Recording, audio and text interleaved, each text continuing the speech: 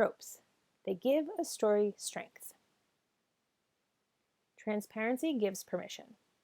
I'm going to confess something. Up until last year, I didn't fully understand what a trope was.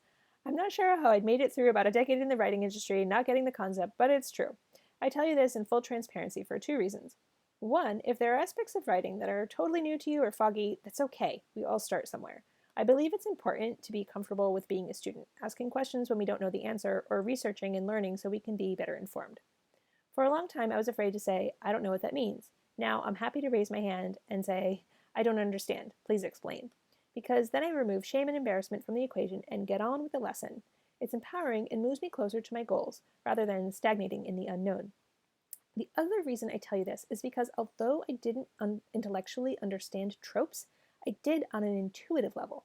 Oftentimes, especially when it comes to storytelling, because it has such a resonant presence in our lives and cultures, we get the idea on a deeper level, one that we can't quite explain in words but understand intuitively.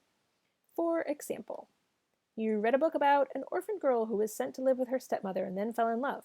Trope. Two people who haven't seen each other since childhood, and when they reunite, there are sparks. Trope. The chosen one has to save the world. Tropes. Trope. The reluctant or unexpected underdog or hero. Trope. Bonus points if you can name a book with each of the tropes in the list. There are dozens of them. You probably even have favorite tropes, books you enjoy that all have similar themes. I love hate-to-love romances when the two characters start out despising each other only to realize that they are hopelessly in love. So, what are tropes? Tropes are recurring themes that most often relate to the character and conflict. Some people argue that they're cliché. It's true, sometimes they can get tiring, but the reason they exist and are so prevalent is that people love them even if they don't realize it. It comes back to the idea that readers want content that is both familiar, the alpha military man, and fresh, he opens a daycare center. Tropes entertain and engage because they give us what we know and what we're not necessarily expecting. Character-based.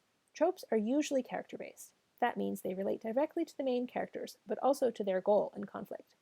For example, the boy who didn't know he was a wizard and has to go up against the worst bad guy in history in order to save the magical world from tyranny. Here are a few more examples.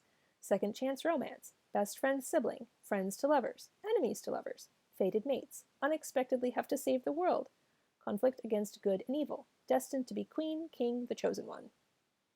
Trope tip. It's helpful if the story contains tropes that bring the characters together and work as adhesive, and other tropes to push them apart, to create tension that keeps the pages turning.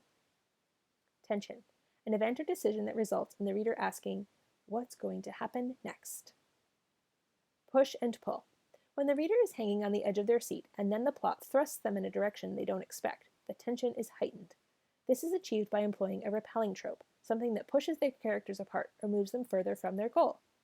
Tension is relieved when what the character hopes will happen, such as the good guys winning the fight or the characters coming together, adhering tropes, but is heightened again when another event or decision is made that moves the characters away from each other or their original goal, repelling tropes.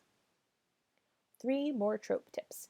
You do not have to use a different trope in every scene. In fact, don't. Select a few tropes that work with your story and then use them as levers to increase or decrease the tension throughout the MS. Bring the characters together, push them apart, repeat until the resolution of the story. It's okay to resolve some of the tropes before the end of the book, but it's usually not a great idea to introduce brand new ones in the latter half of the MS. Why tropes are important. They help drive the plot, they create an emotional connection with the reader, giving them something to root for or rally against, amplify tension by creating push and pull, offer a familiar underpinning for the reader. Build strong stories. In the plotting lesson, we discussed that the plot structure is the underpinning of the novel. You can also think of the plot as the skeleton and the tropes as the muscles. Both help the story to flow. Both are essential if the result you desire is a content and fulfilled reader. Both are relatively invisible. Think about it this way. We all know that the human body contains bones and muscles. If it didn't, we'd look more like a blobfish. But we don't readily see the bones and muscles, even though we know they're there. Sure, there is the general notion of them, but we don't actually see the material of the bone and the fibers of the muscles. As a writer, you want the plot and tropes to work in much the same way. They are what helps the story to move from beginning to end, just like our bones and muscles help us move through life. Without these elements in our manuscripts, we would just have a blob book, and no one wants that.